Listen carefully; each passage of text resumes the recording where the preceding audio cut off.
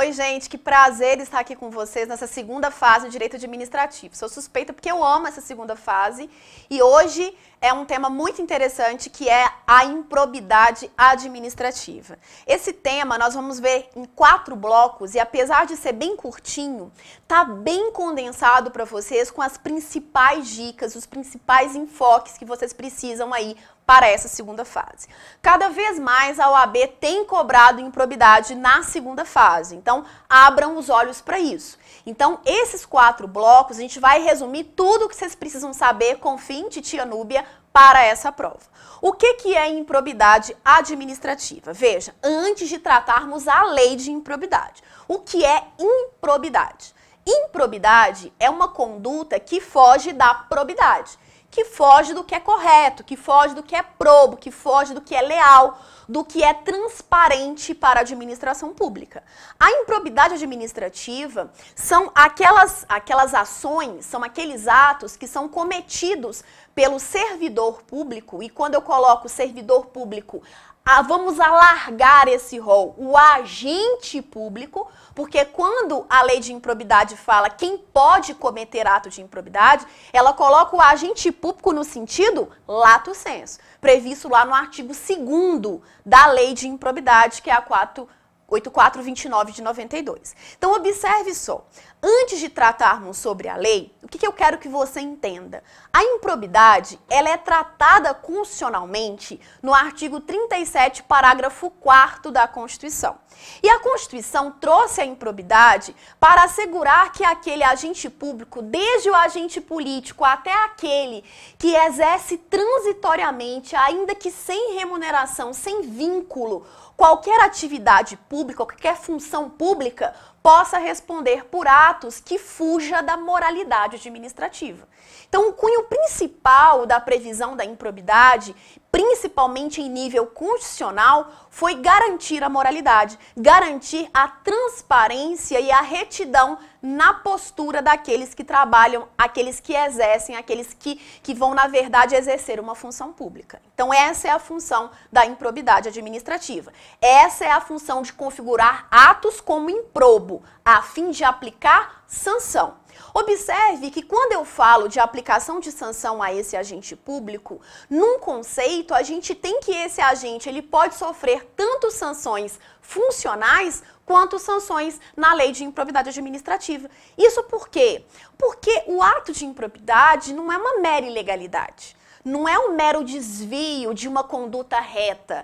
Eu desviei um pouquinho, já é um ato de improbidade. Eu digo que a improbidade administrativa é uma ilegalidade tipificada, é uma ilegalidade qualificada. A lei vai dizer que condutas ilegais, improbas, são configurados como atos de improbidade administrativa. Então, não é qualquer conduta ilegal. Isso, então, a gente tem que entender que quando um servidor, um agente público, um particular em colaboração com o Estado, que está exercendo uma função pública, ele comete uma ilegalidade, ele pode responder tanto num processo, por exemplo, administrativo, disciplinar, quanto pode responder numa ação de improbidade administrativa. Isso depende por quê? Depende do nível que nós temos aí da ilegalidade cometida e se essa ilegalidade está ou não tipificada na lei. Porque para ser ato de improbidade, senhores, tem que estar tipificado na lei. Ok? Então, antes de tratarmos a lei de improbidade, eu quero chamar a atenção de vocês para os fundamentos constitucionais da improbidade administrativa. Pode jogar na tela, por favor. Qual que é o fundamento constitucional da improbidade administrativa? Ela está no artigo 37, parágrafo 4º. Então, 37, parágrafo 4º da Constituição, vai prever, então, a questão da improbidade administrativa. Uma coisa importante, trata-se de uma norma de eficácia limitada.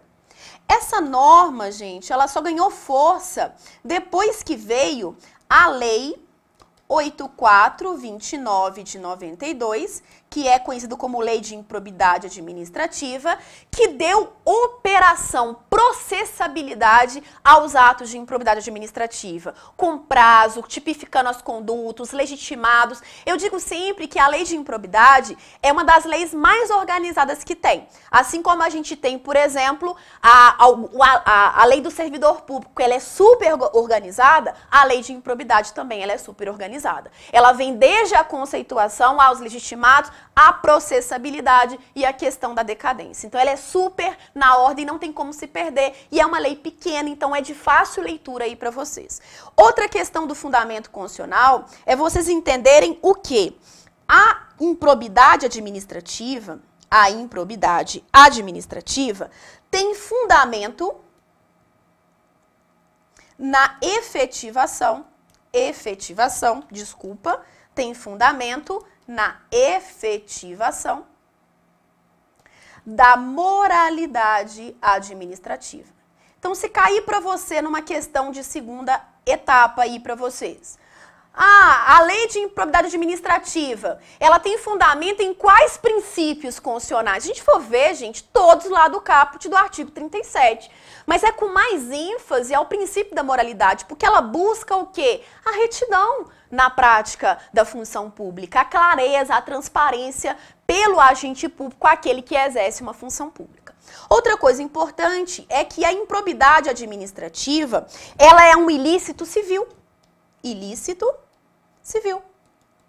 A improbidade administrativa, por mais que a gente tenha lá a palavra sanção, penalidade, ela não tem natureza penal, ela não tem natureza criminal. Nós vamos ver daqui a pouco que a própria lei fala, responderá pelas sanções sem prejuízo das sanções penais cabíveis. Quer dizer, as sanções aqui, ou elas são administrativas, constitucionais, políticas, civis, mas elas não têm natureza penal. Então, eu posso instaurar ação de improbidade e processo criminal em apartado. E eu posso ter condenações separadas, porque são distintas as esferas de condenação aqui. Então, a abertura, a propositura, a existência de uma ação de improbidade não ilide a condenação desse agente público na seara criminal. Então, são esferas totalmente independentes. Então, é um ilícito civil, não é um ilícito penal. E isso já foi decidido pelo STF na ADIM, se você quiser anotar, na ADIM 2797 aí do STF.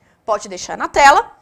Uma outra coisa que a gente tem que ter em mente é que se o ilícito, ele também configurar ilícito junto ao TCU,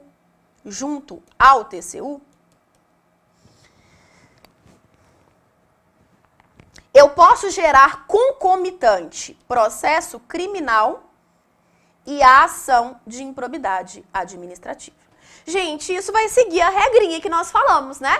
Por que vai seguir a regrinha que nós falamos? Porque nós vimos que as esferas são totalmente independentes. O que eu chamo a atenção de vocês? Para esse artigo 37, parágrafo 4º. O artigo 37, parágrafo 4º, ele vai falar das sanções constitucionais pelo ato de improbidade. E as sanções constitucionais pelo ato de improbidade, a gente tem uma siglazinha, que é um mnemônico, para você não se esquecer. Em que pese você vai estar com o vadimeco, mas para você até associar e não vai gastar tempo de procurar isso, que é o famoso expir. Tem uma brincadeirinha que parece que você vai espirrar e fica no meio, expir, entendeu? É besta, eu sei, mas você não vai esquecer, né? A Núbia tá bem retardada, mas você não vai esquecer desse exemplo. Então, as sanções, as penalidades, observe, sanção, mas não tem natureza penal. Está aí no artigo 37, parágrafo 4º, as sanções constitucionais, as penalidades constitucionais, que é o expir, que são 4. Olha lá, o S corresponde à suspensão dos direitos políticos.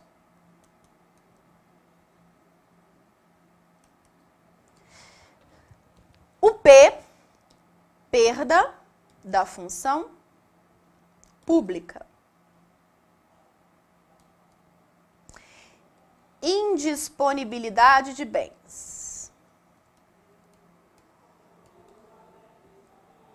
Sobre sobre a indisponibilidade de bens, pode deixar na tela, eu chamo a atenção de vocês o seguinte: a indisponibilidade, ela é só para impedir a transferência de bens.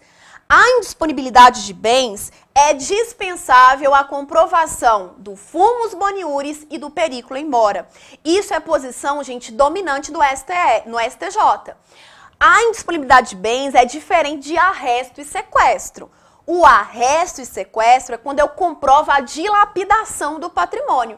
A indisponibilidade não, é só para impedir a transferência. E olha que interessante, vocês sabiam que a indisponibilidade de bens, ela pode incidir tanto em bens que foram adquiridos licitamente ou ilicitamente? Tanto faz. Por quê? Porque ela não é só para ressarcimento ao erário. A indisponibilidade de bens, esses bens podem servir para pagamento de multa, que é uma das sanções também que podem originar na ação de improbidade administrativa. Então é interessante você entender isso. Indisponibilidade de bens não tem nada a ver com medida antecipada, medida provisória de arresto e sequestro. Arresto e sequestro eu preciso do fumus boniuris do periculo in mora. A indisponibilidade de bens não. E ela pode incidir tanto em bens adquiridos licitamente quanto ilicitamente. E por último, eu tenho o ressarcimento ao erário. Fechou? Então essas são as sanções constitucionais, que é o famoso SPIR. Agora vamos passar para o sujeito passivo do ato de improbidade. Quando eu falo sujeito passivo do ato de improbidade, eu estou dizendo a vítima. Quem pode ser vítima de ato de improbidade? Está lá no artigo 1º da Lei de Improbidade Administrativa, que é a 8429 de 92.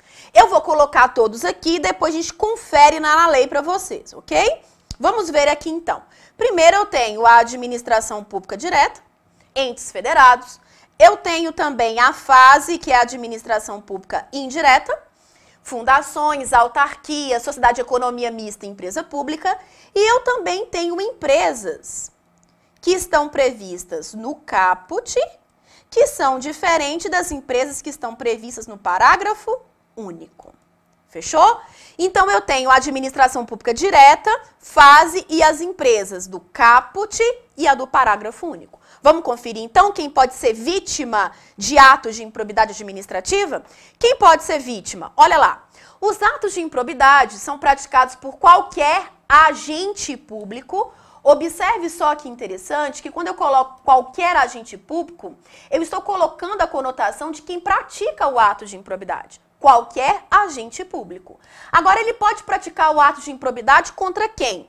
Contra a administração pública direta, indireta, fundacional. Observe que quando coloca fundacional, já está englobada na indireta. De qualquer dos poderes da União, dos estados, Distrito Federal, municípios e territórios. Aí vem as empresas que estão aqui no caput. E eu também tenho as empresas, entidades, que estão aqui no parágrafo único. Núbia, qual que é a diferença das empresas que estão no artigo 1º caput e no parágrafo único? A diferença, e eu vou colocar aqui para vocês, ela é simples. Qual que ela é? Essas entidades do caput, o erário público concorreu com mais de 50% do patrimônio ou receita anual. São conhecidas como entidade pare. Por que entidade pare? Quando colocou pare, significa que a administração pública concorre com mais de 50% do seu patrimônio ou de sua receita anual. Ou então as entidades que receba subvenção, benefício ou incentivo. Aqui elas são chamadas entidade bis. Por que entidade bis? Observe só, benefício, incentivo, subvenção. Entidade bis. As entidades bis é quando recebe menos de 50%. Núbia, quando ela receber 50%, certinho, ela vai ser equiparada ao parágrafo único. Núbia, qual que é a diferença de eu configurar um ato de improbidade cometido contra empresas que sejam subvencionadas, que o erário público tenha concorrido com mais de 50% da composição do patrimônio ou receita anual, que é a PARI, ou aquelas que recebam subvenção, incentivo ou benefício, que são as entidades bis, em menos de 50%, ou igual a 50%. A diferença é que quando a pessoa que praticou o ato de improbidade, lá no caput não tem limite à indenização. Ela pode vir a gerar uma ilimitação naquela responsabilidade. Já no parágrafo único, ele só vai responder no limite que recebeu de dinheiro público. Então, observe que se a entidade, se a empresa recebe mais de 50%, é possível uma responsabilização ilimitada. Pode responder, Núbia, mas ele recebe 70% de subvenção do poder público. Não importa, a responsabilização pode até ser mais de 70% do patrimônio. Não tem limitação naquele caso. Já no caso do parágrafo único, quando a pessoa é condenada por atos de improbidade em relação à entidade subvencionada, incentivada ou que recebe benefício em menos de 50%, a condenação de ressarcimento não vai superar a subvenção, benefício ou incentivo que ele recebe do poder público. Então, a do parágrafo único é limitada a responsabilidade. Já a do caput, ela é ilimitada. A diferença, basicamente, é essa. Perfeito? Então, pode voltar para a tela. Eu tenho legitimados aí as vítimas, que são os legitimados passivos, tanto as empresas, não é? Que estão no parágrafo único, que são as entidades PARI, que recebem ou que concorre o poder público, pode deixar na tela, com mais de 50% do patrimônio ou da receita, por isso chamada PARI, e as entidades bis, que recebem benefício, incentivo ou subvenção em menos de 50%, ok? Então, no caput não tem nenhum tipo de limitação, no parágrafo único tem limitação àquilo que é subvencionado, incentivado ou que é recebido pelo poder público. Fechou? Bora! Núbia, quem é o legitimado ativo? Antes do legitimado ativo, pode colocar na tela. Eu tenho uma pergunta. Será que pessoa física pode responder no ato de improbidade? Pessoa física pode ser sujeito passivo no ato de improbidade? E quando eu falo sujeito passivo, venha para mim, gente, cuidado. Não é que ela está respondendo por o ato de improbidade. É que o agente público pode cometer ato de improbidade em relação à pessoa física? Observe, vamos voltar lá na tela. Eu queria que você avaliasse o artigo 1º, pode deixar na tela. Avalie o artigo 1º para mim e vê se o artigo 1º eu tenho aí a conotação do chamado particular. Não tem. No artigo 1º, Núbia, realmente eu não tenho. Mas olha o artigo 3º. As disposições dessa lei são aplicáveis no que couber àquele que, mesmo não sendo agente público, induza ou concorra para a prática de atos de improbidade ou dele se beneficie, sob qualquer forma direta ou indireta. Venha para mim. Em regra, eu só tenho que a pessoa física, ela pode ser sujeito ativo, ela pode ser autor, aquele que comete ato de improbidade. Fechou? Então, ele pode cometer ato de improbidade. Agora, a pergunta é, pessoa física pode sofrer ato de improbidade? Em recente decisão, o STJ decidiu que tratamento degradante de preso na delegacia pode configurar ato atentatório aos princípios da administração pública. Se configura ato atentatório aos princípios da administração pública, eu tenho que é cometido em face à pessoa física daquele preso, que representa uma coletividade de detentos e que, se atingido, coloca em xeque o quê? A conotação de credibilidade da administração pública. Perfeito? Então, gente, a vítima da improbidade pode ser a administração direta, indireta ou as empresas Entidades pari ou entidade bis, nós já vimos. Aí a pergunta e o raciocínio que nós estávamos concluindo no bloco passado é se pessoa física também pode ser vítima de improbidade administrativa. E aí eu quero que vocês anotem isso, porque isso é muito bacana. Isso pode ser cobrado em prova para vocês porque é decisão recente. Então, pessoa física pode ser sujeito passivo de ato de improbidade? A regra, não. Por que a regra é não?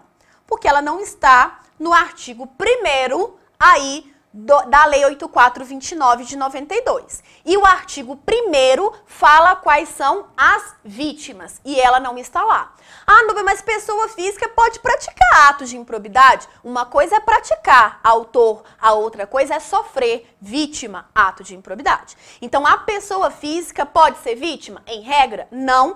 Esse é o posicionamento, gente, do STJ. É o posicionamento, regra aí que nós temos, né, pendente aí, que é o informativo 573 do STJ.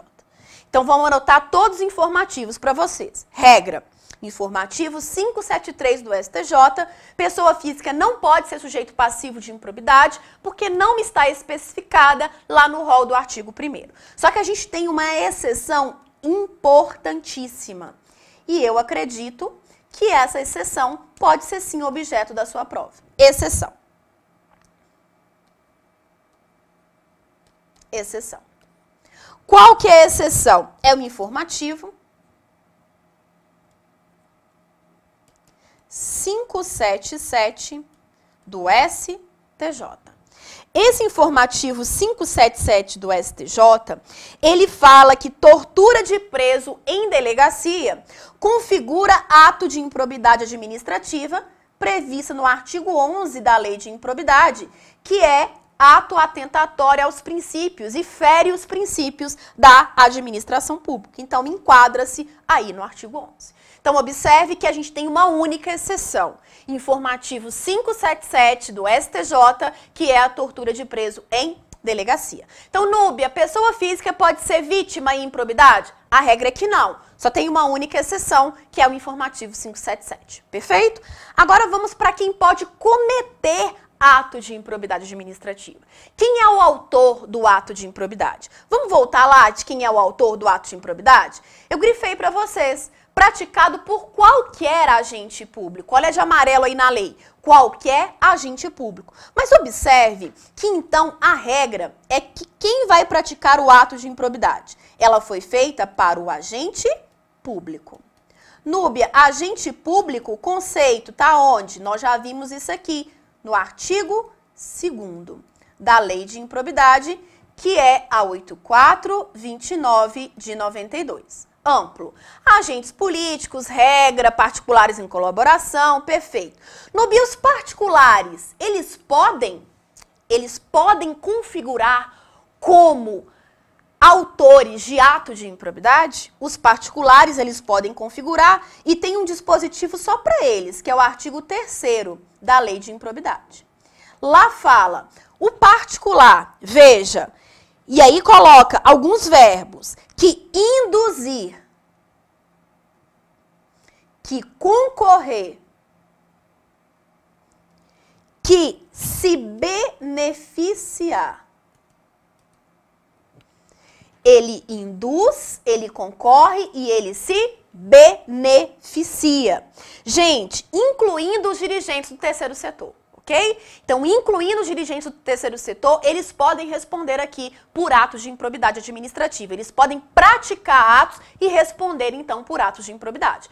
Por quê? O particular, para que ele possa configurar como agente, como autor do ato de improbidade, ele tem que ou induzir, ou concorrer ou beneficiar. Um dos três. Muito cuidado, porque isso já caiu em prova. Induzir é diferente de instigar. Se cair instigar para você, instigar não configura. O que configura é induzir. Por quê? Porque instigar é apenas o quê? Estimular a ideia. E não há analogia em mala partem. Se não há analogia em mala partem, não poderia considerar que instigar e induzir é a mesma coisa. São condutas diferentes, ok? Então, aqui é induzir, concorrer ou se beneficiar. Agora, um ponto-chave. O particular não responde sozinho em ação de improbidade administrativa. Ou ele responde junto com o agente público, ou ele não responde, perfeito? A lei de improbidade não é para o particular, é para o agente público. Observe só que o particular só responde se ele induzir, se ele concorrer ou se beneficiar. Então vejam que o agente público tem que estar presente no polo ativo, aquele que pratica a ação, junto com o particular. Particular não pratica sozinho atos de improbidade. Aqui a gente tem um litisconsórcio obrigatório, quando tiver o particular, tem que ter o agente público. Fechou? Então vamos lá no artigo 3º, só para a gente conferir isso aqui. Artigo 3º. As disposições dessa lei são aplicáveis no que couber àquele que, mesmo não sendo agente público, observe só, grifar para vocês, de verde, mesmo não sendo agente público, ele induz, concorre para a prática do ato de improbidade ou dele se beneficia. Então, induz, concorre ou se beneficia. Então, eu tenho que o particular só responde nessas situações. Perfeito, gente? Núbia, e os agentes políticos? Os agentes políticos podem ser sujeitos ativos no ato de improbidade? Eles podem praticar ato de improbidade? Porque você disse que é o agente público. Agente público, dentre eles, eu tenho um agente político, eu tenho um prefeito, presidente, senador, eu tenho aqueles que exercem os altos cargos, normalmente são eletivos ou nomeados para cargos, então, políticos. Núbia, então eu tenho que esses agentes políticos, eles também respondem por atos de improbidade? Pode jogar na tela para a gente colocar essa regrinha para vocês anotarem. Agentes políticos, o STF e o STJ, eles já manifestaram pela aplicabilidade. Então, pelo STF, pelo STJ, o agente político responde por atos de improbidade? Responde. E observe só que não há foro de prerrogativa de função. Não há foro por prerrogativa de função. Então, isso é importantíssimo você entender. Núbia, a regra, pode me deixar aí na telinha, tô bonitinha, pequenininha aí. O STJ e o STF fala que é aplicável? É aplicável. Contudo, todavia, entretanto, não há foro de prerrogativa de função. Perfeito? Núbia, tem exceção? Claro, né, gente? Nessa vida tudo tem exceção, a gente faz direito, né? Então, vejam que a gente tem exceção. E qual que é a exceção? Qual é a exceção? Você vai anotar aí de canetinha furta-cor de brocal no seu caderno, porque se cair, você vai lembrar que titia Núbia te falou a exceção. A exceção é o seguinte: presidente da República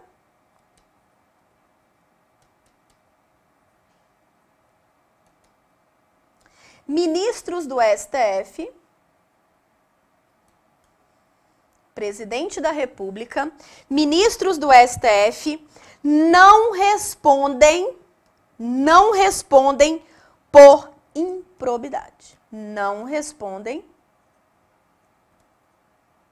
na lei de improbidade administrativa.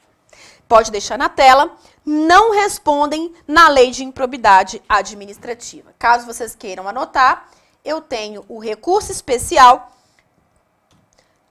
168-739. Então, a exceção é o presidente da República e os ministros do STF. Núbia, todos os outros agentes políticos, é aplicável? É aplicável, que é a regra. A exceção é só o presidente da República e os ministros do STF. Fechou? Então, lindo, maravilhoso. Então, agora nós vamos para um momento lindo, que são as categorias dos atos de improbidade. Antes de tratarmos as categorias, eu fiz um quadrinho muito lindo para vocês. Eu queria que vocês fossem comigo até o artigo 9º, o artigo 10 e o artigo 11. Observe que tem o artigo 9º, 10 e 11. Coloquei aqui para vocês só o 9 por enquanto. Aí eu tenho, no 9º, atos de enriquecimento ilícito. No 10, atos lesivos ao erário público. E eu tenho no 11 os atos que violam ou que ferem os princípios da administração pública. Então, quando vocês forem na 8429, pode jogar em mim, quando vocês forem na 8429 de 92, eu vou pegar ela aqui, diferente do que eu já tinha selecionado aqui, para vocês entenderem. Pode jogar na tela para mim. 9. Constitui ato de improbidade aquele que causa enriquecimento ilícito. Esse é o enriquecimento ilícito 9. 10. Que causa lesão ao erário. 11. Aí tem todos os incisos, todos os atos. Aí tem o 10A, que é o quê? Concessão de benefício tributário. Ok?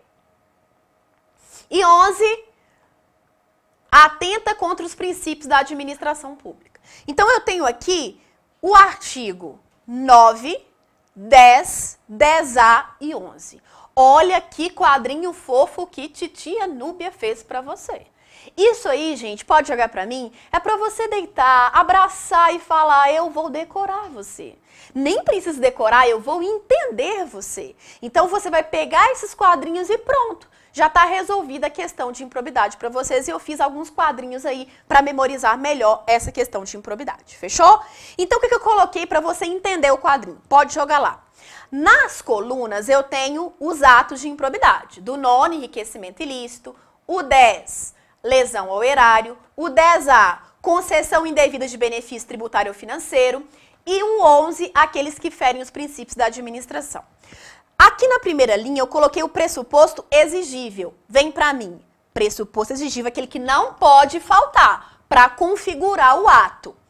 Aí vem na segunda linha, pressuposto dispensável. Gente, dispensável é aquilo que mesmo que se faltar, não vai ter problema. Ainda assim o ato fica configurado como ato de enriquecimento, como ato de lesão ao erário e assim por diante. Terceira linha, elemento subjetivo. Se essa conduta vai ser praticado com dolo ou culpa, ou pode ser os dois.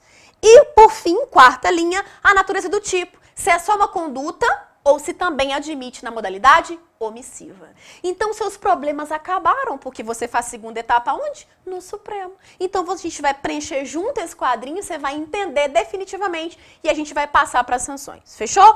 Pega lá. Pode deixar o quadrinho na tela, não precisa me mostrar para não atrapalhar. Pressuposto exigível no artigo 9º. Vamos ver o artigo 9º?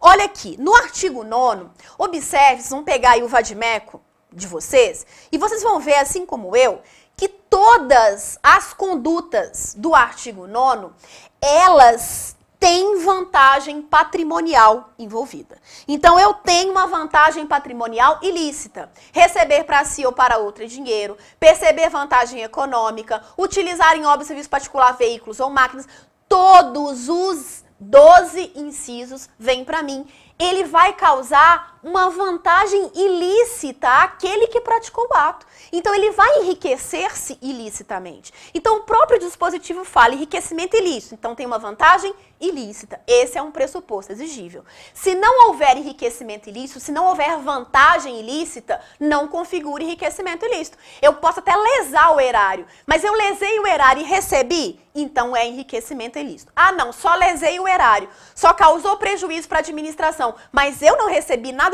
com isso, nem diretamente, nem indiretamente. Cometi um erro, por exemplo, e calculei errado um tributo, mas eu não recebi por isso, eu não me corrompi por isso, foi um erro. Então isso configura, por exemplo, um ato de improbidade? Configura o ato de improbidade, mas não por enriquecimento ilícito, mas sim por lesão ao erário. É isso que eu quero que vocês entendam e quando eu divido nessas 4 colunas, fica mais fácil para vocês entenderem isso. Vamos lá?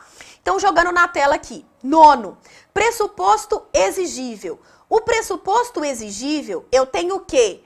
No enriquecimento ilícito. Vamos ver qual que é? Aqui, veja, eu tenho a vantagem patrimonial ilícita. Vamos só comentar e depois a gente preenche.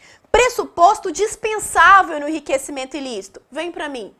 No enriquecimento ilícito, será que eu preciso causar lesão ao erário? Não, eu não preciso causar lesão no erário. Então, ainda que eu não cause lesão no erário, mas observe só, eu enriqueci ilicitamente a configuração, então, do ato de improbidade por enriquecimento ilícito. Perfeito? Nós vamos preencher, então, esse quadrinho. Então, observe só que o pressuposto exigível é aquilo que está qualificado no caput. Fere os princípios da administração. O que é um pressuposto exigível? Ferir os princípios.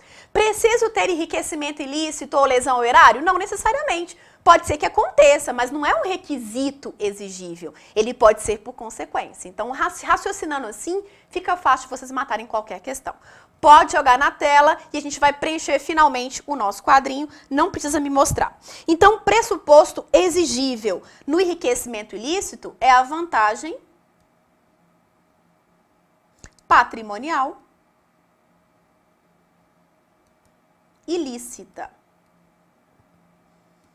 Ok? Vantagem patrimonial ilícita. E a lesão ao erário? O que é um pressuposto exigível? O próprio nome já fala, ó, lesão ao erário. Eu dei o exemplo para vocês. Fiz um cálculo do imposto errado. Não recebi nada com isso, mas lesei os cofres públicos que deixaram de receber. A concessão ou aplicação indevida de benefício financeiro ou tributário, eu coloquei aqui só para ficar completo, gente. Mas muito pouco provável que isso caia para vocês em segunda etapa de administrativo, porque isso é ligado à questão do ICMS, isso é ligado à questão lá do direito tributário. É uma questão muito diferente aqui da gente do direito administrativo. Então está voltado muito mais para a Lei Complementar 116/03 do que para a gente, tá? Mas eu vou preencher aqui para vocês. Aqui eu preciso, para que configure concessão ou aplicação indevida de benefício financeiro ou tributário, a violação da lei.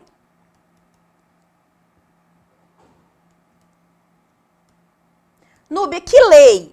O artigo 8A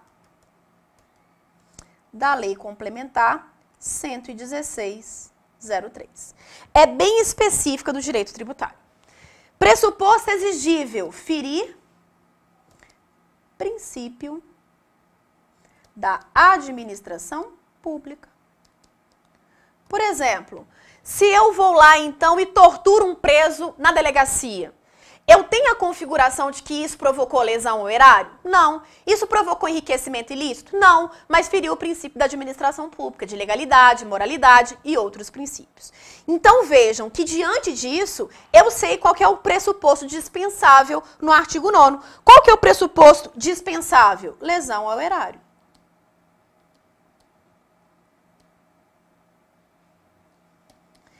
Para configurar enriquecimento ilícito, eu não preciso da lesão ao erário. Por exemplo, eu vou cobrar para emitir um parecer favorável.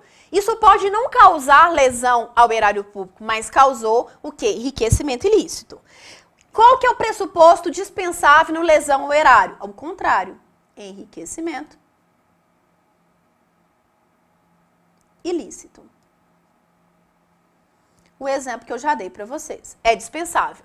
Vem para mim, só para a gente falar aqui.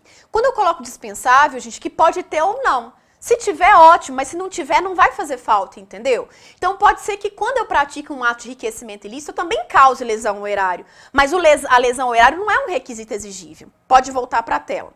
Na concessão ou aplicação indevida do benefício tributário, eu tenho os dois. Tanto o enriquecimento ilícito é dispensável, quanto a lesão ao erário público, vou abreviar, quanto a lesão ao erário público também é dispensável. Aqui eu tenho que o enriquecimento ilícito e a lesão ao erário público também são dispensáveis. Elemento subjetivo. A única conduta que pode ser praticado culposamente é a lesão ao erário. Então essa aqui vai ser dolo ou culpa. Todos os outros são dolosos.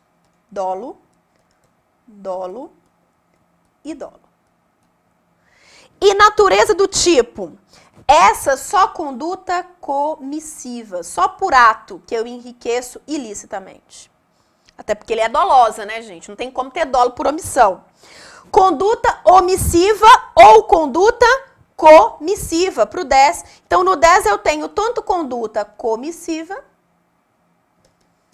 quanto omissiva. Por quê? Porque tem culposa ou dolosa.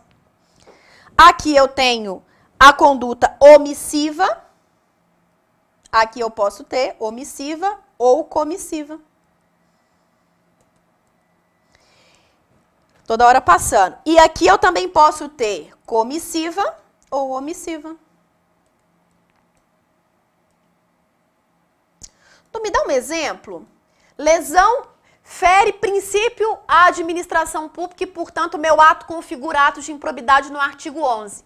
Vem pra mim. Vamos imaginar que eu sou um superior e tô vendo lá os policiais agredindo um preso e eu não faço nada. Não pratiquei o ato, não torturei, mas eu me omiti. Então, a omissão também configura violação aos princípios da administração pública, entendeu? É aquele negócio, eu não sabia de nada, né? Eu não vi nada. Ele também responde. Fechou?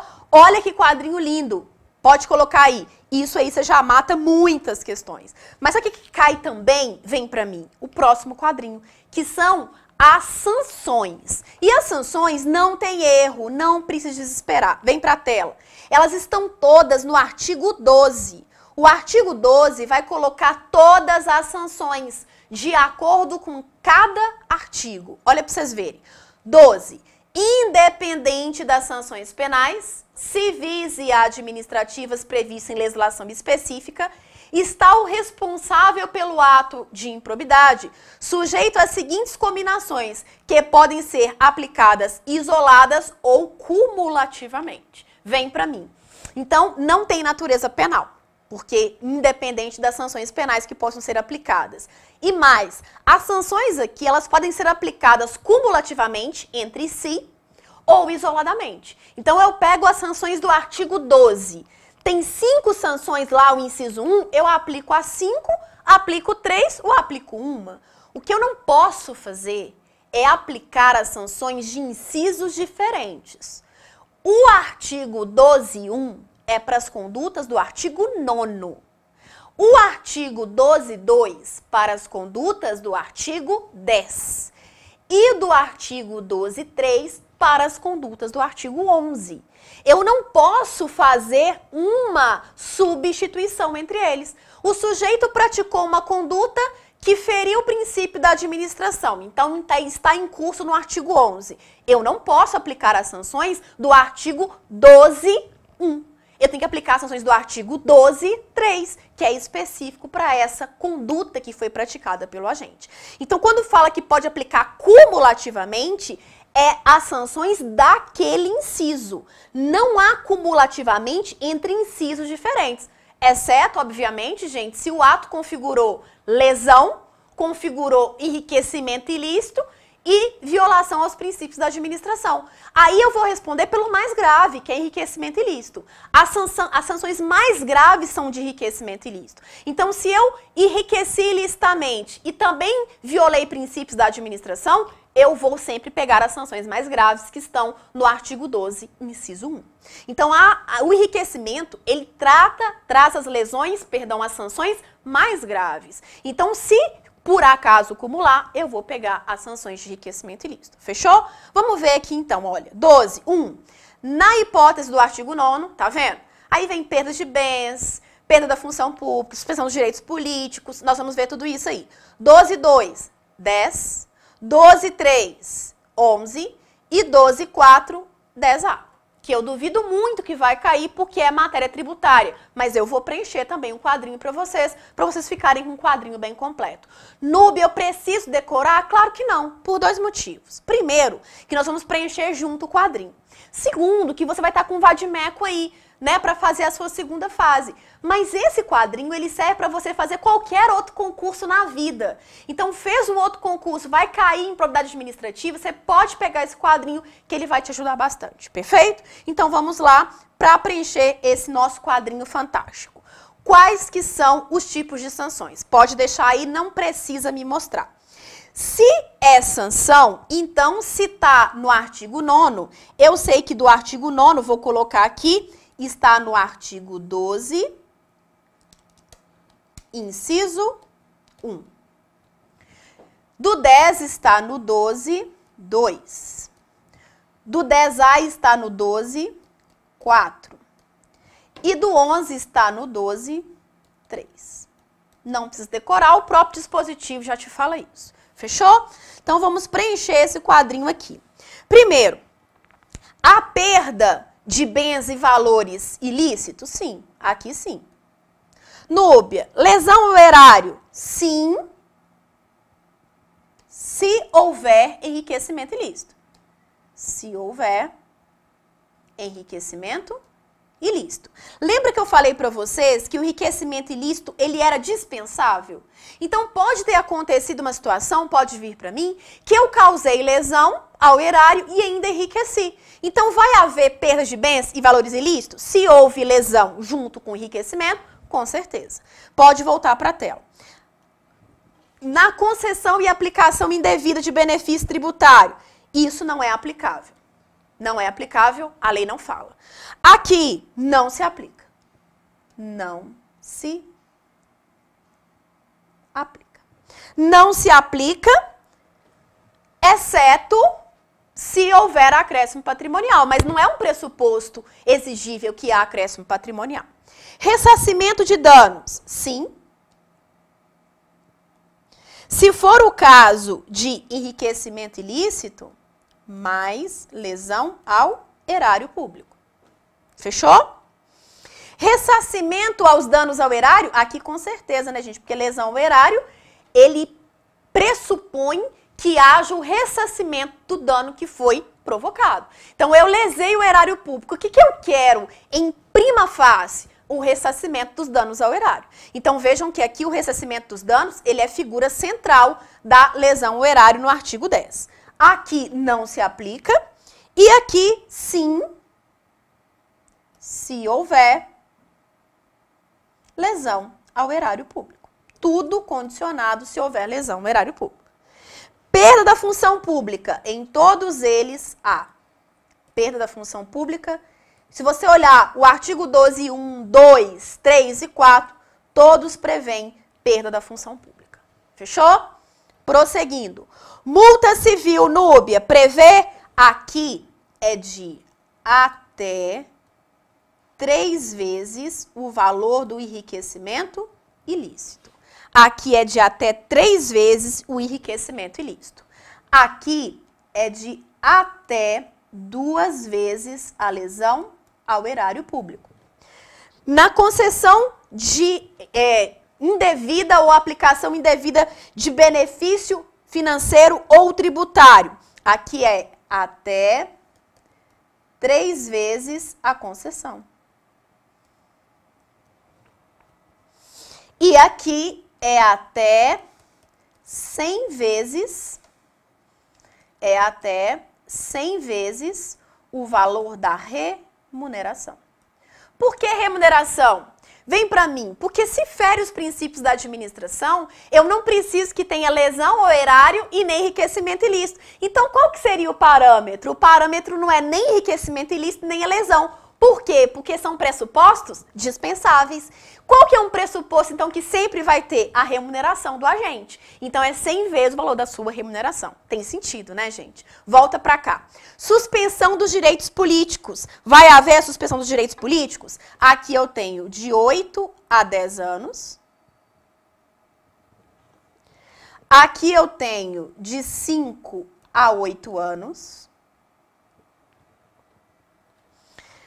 Aqui eu tenho de 5 a 8 anos, repete. E aqui eu tenho de 3 a 5 anos. De 3 a 5 anos. Regrinha muito simples, olha para vocês verem. O enriquecimento ilícito é o mais grave, então ele é 10. Todos os outros é 8, o máximo. Lembrando que aqueles que ferem o princípio da administração, a soma dá 8, então é de 3 a 5. Cada um, gente, vê aí uma maneira de tentar guardar. Eu gosto sempre de guardar do meio para as beiradas, então eu fico imaginando. Os dois que estão no meio, que é lesão e a concessão ou aplicação de benefício tributário, é de 5 a 8. Aí, o que é enriquecimento ilícito, eu vou aumentar um pouquinho. Então, veja, eu pego a sanção maior, que é do meio, que é 8, e aumento 2 anos, então é de 8 a 10. E como os que ferem princípios da administração são de menor gravidade, 8 menos 5 dá 3. Então, eu coloco que a sanção menor é 3 e o máximo é 5. Então, cada um faz um silogismo aí para gravar essa questão da aplicação da suspensão dos direitos políticos, perfeito? Pode voltar para mim. E proibição de contratar com a administração pública. Aqui, gente, o prazo, vou colocar de vermelho para você não esquecer. O prazo aqui é fixo. Ele não tem de 8 a 10, é um prazo só, ele é fixo. E qual que é o prazo fixo para você não se esquecer, pelo amor de Deus? 10, 5, aqui não se aplica e aqui eu tenho 3. Então, eu tenho 3 anos, eu tenho 5 anos e eu tenho 10 anos. Observe que as sanções mais graves estão para o enriquecimento ilícito. Uma outra observação que eu quero colocar para vocês é o seguinte: a suspensão dos direitos políticos, ela só pode ser aplicável após o trânsito em julgado da sentença condenatória. Isso está no artigo 20 da Lei de Improbidade. Então, vamos lá? Observações importantes aí. Núbia, suspensão dos direitos políticos é variável, né? Eu tenho mínimo e máximo. E eu tenho que só pode ser aplicável após o trânsito em julgado, conforme o artigo 20. Núbia, a suspensão dos direitos políticos. Como que é aplicado? Enriquecimento ilícito de 8 a 10, lesão ao erário e concessão, aplicação de benefício irregular de benefício tributário ou financeiro de 5 a 8, e aqueles que ferem os princípios da administração, pode mostrar na tela, de 3 a 5. Já a proibição de contratar com a administração pública, os prazos são fixos. 10, 5, aqui não se aplica, e aqui 3 anos. Então, quadrinho aí preenchidíssimo para vocês. Fechou? Prosseguindo. Núbia, a apuração dos atos de improbidade, ela se dá em 2 vias, não é isso? Sim, na via administrativa e na via judicial. Quem tem legitimidade na via administrativa? Olha, aqui ela tem início por representação de qualquer pessoa que saiba do ato de improbidade. Então, qualquer pessoa, ela pode representar perante o órgão competente. Qualquer pessoa. O órgão competente, então, vai fazer o quê? Vai instaurar processo administrativo disciplinar. Esse processo administrativo disciplinar, ele pode transformar-se numa ação de improbidade administrativa. Ele pode ser condenado em mero ato disciplinar ou em ato mais grave de improbidade administrativa. Então, vejam que na via administrativa, eu tenho que quem é o legitimado? Quem é o legitimado é a entidade contra o qual aquele agente público praticou o ato. Então, na via administrativa, ele mesmo vai instaurar o procedimento. Pode ser que de ofício ele faça isso ou que ele receba uma representação de uma pessoa interessada. Já na via judicial, eu tenho o MP como legitimado e a pessoa jurídica interessada. Eu tenho apenas 2 legitimados na via judicial. Ou é o MP ou é a pessoa jurídica interessada. Isso está no artigo 17 e artigo 18 da Lei de Improbidade. Vocês podem dar uma lidinha aí. Vocês vão ver que os únicos legitimados a propor a ação civil pública de improbidade administrativa, sim, porque o rito vai ser da ação civil pública, 7347 de 85, que nós já vimos por aqui. Então, quando eu falei da ação civil pública, eu disse que uma das consequências pode ser a configuração do ato de improbidade. Então, prestem bastante atenção que a ação de improbidade, ela é uma ação civil pública de improbidade administrativa. Mas só tem 2 legitimados, que é o MP e que é a pessoa jurídica interessada. Olha que interessante. A ação civil pública, puramente, que não seja objeto de improbidade, ela tem todos os legitimados do artigo 5º da 7347 de 85. Mas se é ação de improbidade que corre pelo rito da ação civil pública, são só 2 legitimados, que é o MP e a pessoa jurídica interessada. Pode voltar para a tela para a gente finalizar esse bloco aqui, para a gente não perder nenhum raciocínio. Na via judicial, observe só que não há prerrogativa de foro. Nós já vimos isso. Não há prerrogativa de foro. Isso é uma ótima questão para cair em segunda etapa. Não há prerrogativa de foro. Tá difícil escrever foro, hein, gente? Não há prerrogativa de foro. Pode me tirar da tela. Não há prerrogativa de foro, ok? Se não há prerrogativa de foro, uma outra questão interessante. A transação penal, ela é expressamente vedada. Não é possível a transação autocomposição. Perfeito? Não é possível. Observe só que pela LIA, o artigo 17 da Lei de Improbidade, ela veda. A Lei de Improbidade veda. Agora, olha que interessante. O artigo 190 do CPC de 2015 permite.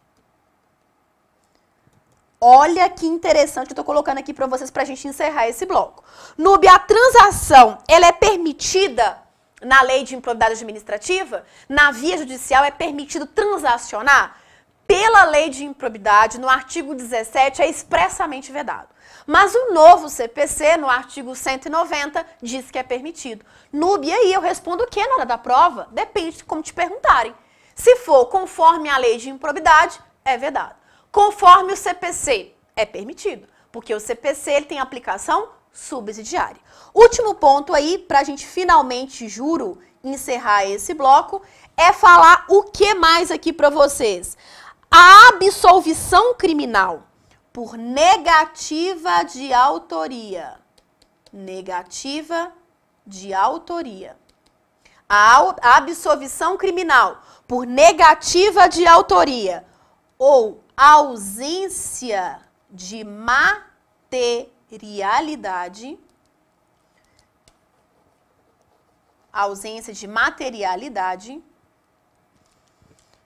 deixa eu colocar isso aqui para vocês não esquecerem, permite. Vou colocar aqui em cima para não atrapalhar ali. Então vejam, pode deixar na tela. A absolvição criminal por negativa de autoria ou ausência de materialidade faz coisa julgada na cível e no administrativo. Então, aqui, faz coisa julgada. Faz coisa julgada. No âmbito cível e no âmbito administrativo. Núbia, isso é importante para mim por quê?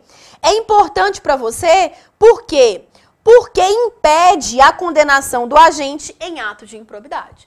Então, observe só que no âmbito criminal, ele foi absolvido por negativa de autoria ou ausência de materialidade.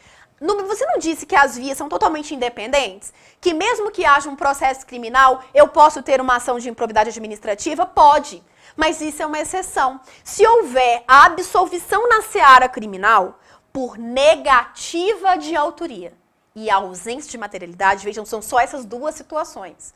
Faz coisa julgada, tanto no âmbito civil quanto no âmbito administrativo. E isso impede que ele seja condenado em ação de improbidade administrativa. Fechou? Então, nessa situação, a consequência, ou seja, um reflexo da absolvição criminal na seara civil e administrativa.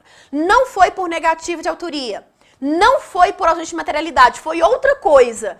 Nada impede que ele seja condenado por ato de improbidade. Isso é uma ótima pegadinha de prova. Imagina se isso cair na prova. Vou ficar muito feliz que você vai acertar.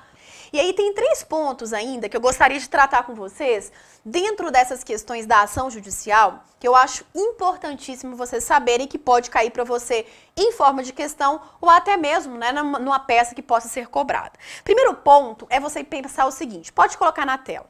Será que cabe denúncia anônima em improbidade administrativa?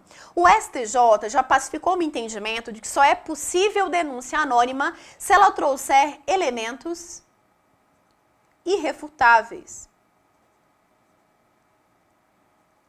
super relevantes para aquilo que estiver sendo denunciado. Princípio da insignificância. O STJ já pacificou o entendimento de que não é aplicável a improbidade administrativa. Então, qualquer que seja o valor da lesão ao erário, qualquer que seja o valor do enriquecimento ilícito, ele vai responder em ação de improbidade, né? Então, aquele princípio da insignificância que é tido em algumas searas, não é? Isso não se aplica aqui, na improbidade administrativa, perfeito? As cautelares, em regra, todas as cautelares, elas são judiciais. Essa é a regra. As cautelares, em regra, são judiciais. No B tem exceção? Tem alguma cautelar que ela não é judicial? Sim. Tem uma que é do âmbito administrativo, que é o afastamento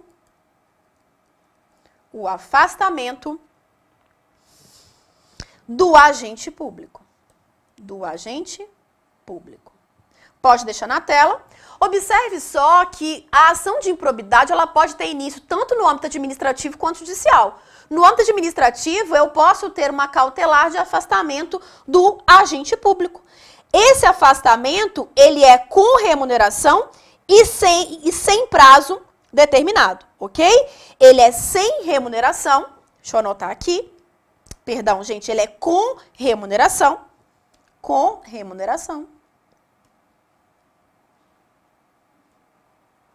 Deixa eu anotar em cima para não ter dúvida. Esse afastamento, ele é com remuneração e sem prazo determinado. A lei não determina prazo, mas o STJ tem aplicado de 180 dias.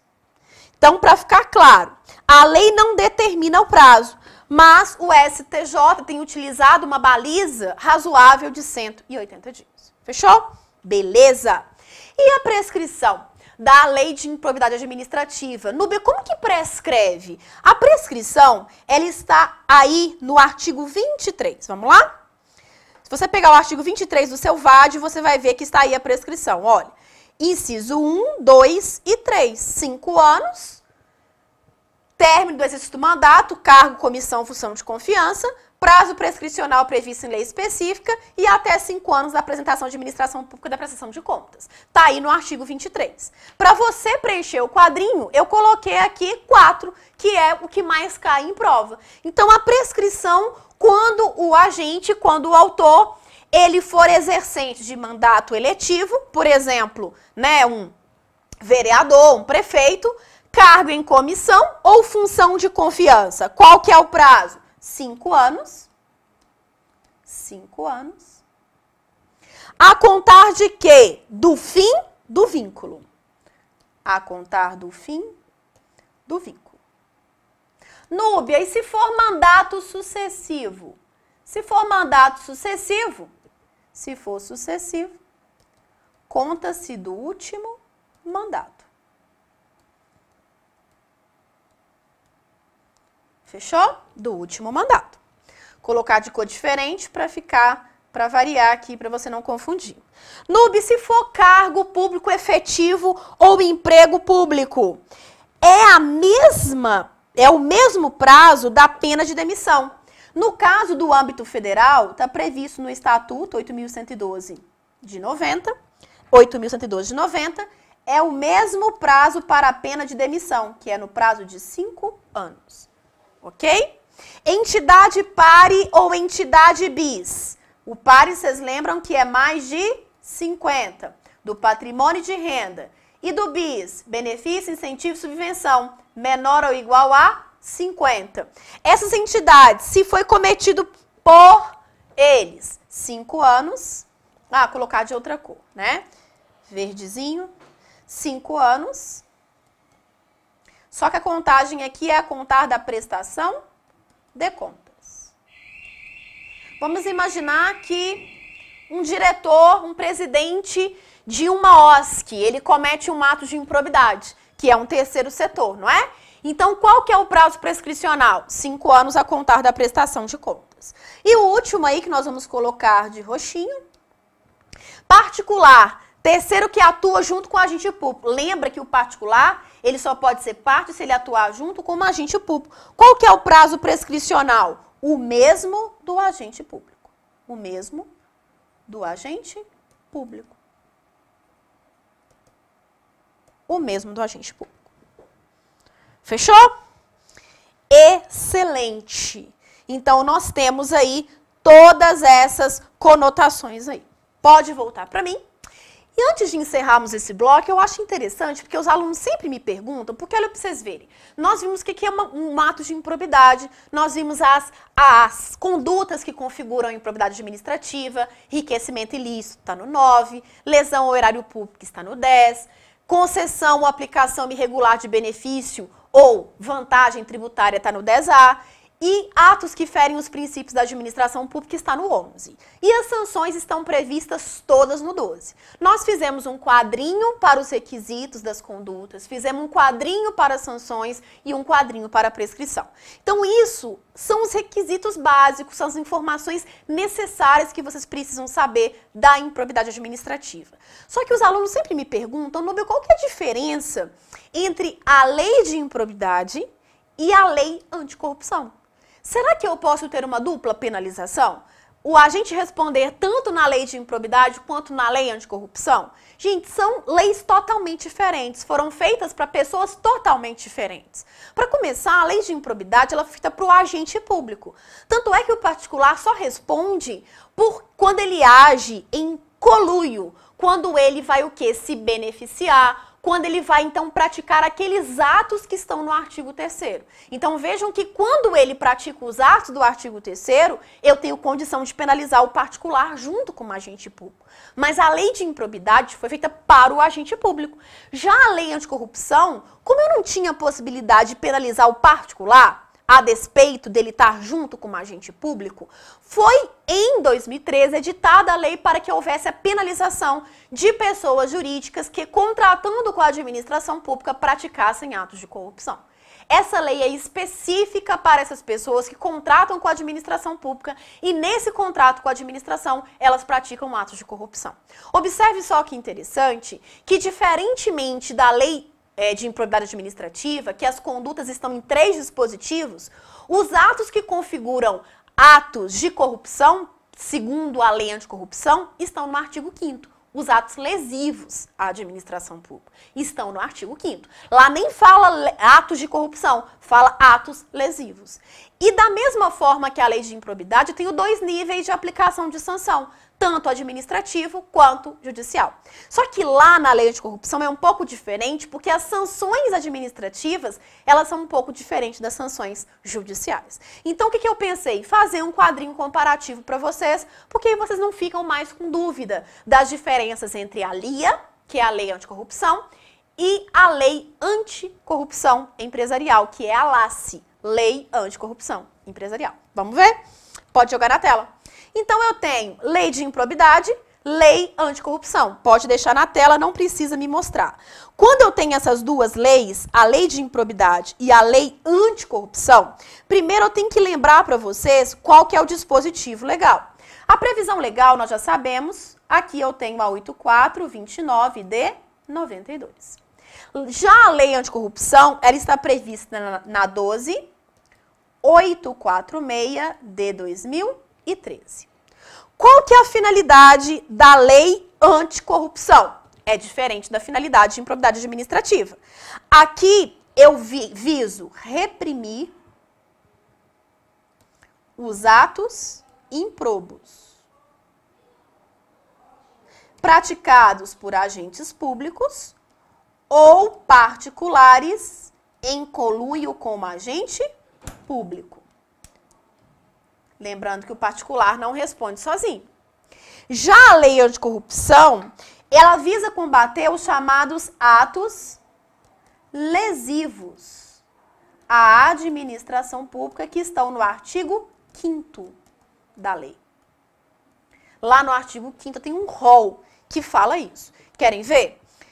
Só para vocês terem uma ideia, a gente não vai ler toda a lei. Mas o artigo 5º, olha que interessante. Constituem atos lesivos à administração pública nacional ou estrangeira. Prometer, oferecer, dar diretamente ou indiretamente vantagem devida. Comprovadamente financiar, custear, patrocinar qualquer modo de funcionar prática de atos ilícitos. Aí vem frustrar licitação, fraudar, afastar, Tá? Criar de modo fraudulento ou irregular a pessoa jurídica. Aí eu tenho todos os atos aqui no artigo 5º. Aí eu tenho a responsabilização administrativa e tenho também a responsabilização judicial. Então vejam que quando eu falo da lei anticorrupção, todos os atos lesivos, que a gente não coloca atos de corrupção, a lei coloca atos lesivos à administração, estão no artigo 5º. Quem que é o sujeito ativo na lei de improbidade? O sujeito ativo é o agente público ou é o particular mais o agente público? Fechou? Ou ele é o agente público ou é o particular mais o agente público. E na lei anticorrupção, qual que é o sujeito ativo? Quem que pratica ato previsto na lei? Tá aqui. Olha o artigo 1º. Prática de atos contra a administração pública. Aplica-se às sociedades empresárias, simples, personificadas ou não, independentemente da forma de organização, modelo societário adotado, bem como as quaisquer fundações, associações ou entidades ou pessoas ou sociedades estrangeiras que tenham sede ou filial ou representação no território brasileiro, constituídas de fato ou de direito, ainda que temporariamente. Então vejam que o rol de legitimado está no artigo 1º. Então o artigo 1º da lei anticorrupção, coloca lá. Artigo 1º da lei anticorrupção. Nube, quem que são os legitimados ativos? Venha para mim. Pessoa jurídica, empresa de direito privado, seja qualquer modalidade societária que ela seja. Pessoas estrangeiras também. Nube, eu queria te perguntar uma coisa. E pessoa física, ela pode ser? Gente, anota aí. Essa observação é muito importante. Isso pode cair para você em prova. Pessoa física, ela também pode, enquanto que representante da pessoa jurídica. E além da pessoa física que não está aí, eu também tenho o quê? Eu também tenho a Eireli, que não está mencionada aí, mas também pode ser sujeito ativo na lei anticorrupção. Ela pode praticar ato lesivo à administração pública quando ela praticar qualquer um daqueles atos previstos no artigo 5º. Continua aí também no legitimado ativo. Além da Eireli, eu posso também colocar os partidos políticos e as entidades religiosas. Então, observem. Legitimados ativos, todos do artigo 1º, e além deles, as pessoas físicas, representantes das pessoas jurídicas ali elencadas. Então, pessoa jurídica empresarial ou sociedade simples, qualquer que seja a modalidade empresarial ou simples, podem responder na lei anticorrupção? Podem, pode deixar na tela. Pessoa física também. No Eireli não está lá, mas pode. Partido político, Núbia, e entidade religiosa, porque foram consideradas pessoas jurídicas de direito privado desde 2003. Por algum erro, não está aí, mas também podem ser consideradas. Sujeito passivo. Sujeito passivo, eu tenho o quê? Eu tenho que o sujeito passivo pode ser aquele que é vítima, então aqui o sujeito ativo é o autor, né? Sujeito passivo é a vítima. Quem que é a vítima? Na lei de improbidade administrativa, a vítima na lei de improbidade administrativa, nós vimos que são todos aqueles órgãos da administração pública direta, a administração pública indireta, as entidades par e as entidades bis. Então, eu tenho a administração pública direta, a administração pública indireta, as entidades pare